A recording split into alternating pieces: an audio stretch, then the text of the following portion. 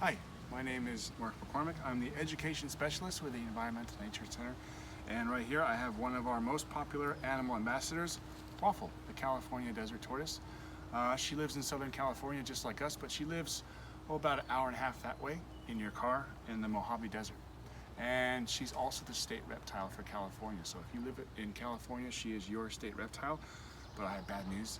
She's also an endangered species. That means that there's not too many of them left. They're not a danger to you, but they're in danger of becoming an extinct species with none left on planet Earth. And that's kind of sad. But the good news is we can do something about it. One of the reasons that she's endangered is because of our trash.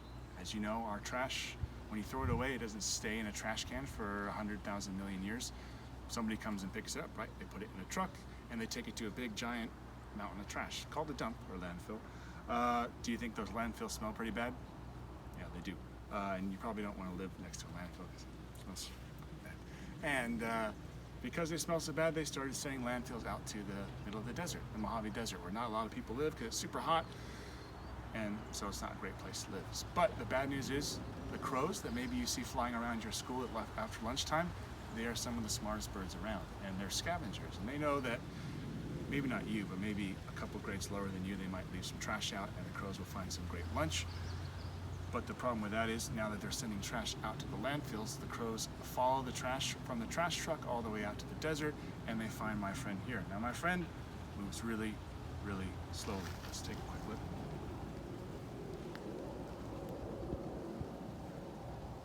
She's really fast for a tortoise, but pretty slow for an animal. One of the reasons that she's so slow is because of her great camouflage. Her shell is kind of heavy, and well, you'd be pretty heavy if you had your house on your back too, but her shell also looks like a rock. And if you want to look like a rock, you don't want to be traveling super, super fast because rocks don't really walk around or anything else like that. So she's trying to look like a rock. She's walking really slow, and she does a really good job of fooling all of the animals that live in the Mojave Desert. But crows aren't from the Mojave Desert, and they're really smart.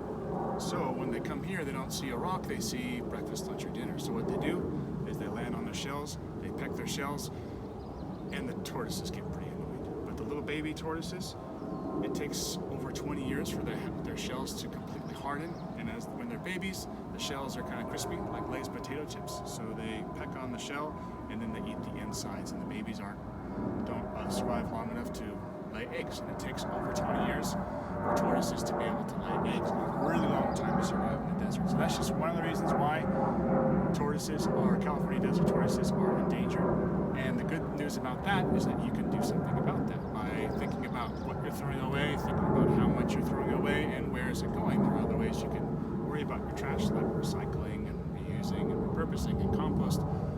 And we'll talk about that in a later video. But let's talk about some of my friend's other cool superpowers.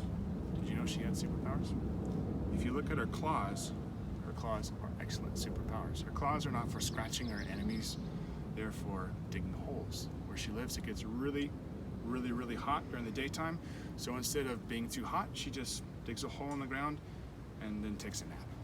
And she takes a nap until it starts to get a little bit cooler. Then she'll come up from the ground and she'll walk around on the desert floor looking for her favorite food, flowers and plants that she finds on the ground. She doesn't like to eat McDonald's, she just likes to eat plants, which is pretty good because she doesn't even have teeth. Instead, she has a little beak on the front of her mouth that she uses to eat flowers or even sometimes cactuses. And cactuses can be pretty tough and pretty hard, and the beak helps her to eat all of those things. And that's Waffle. You can come and visit her at the Environmental Nature Center. And we provide a tremendous service here for our community. We have free public access to nature in an area where there's a Starbucks down the street. It's a very urban area. There's a school right next to it.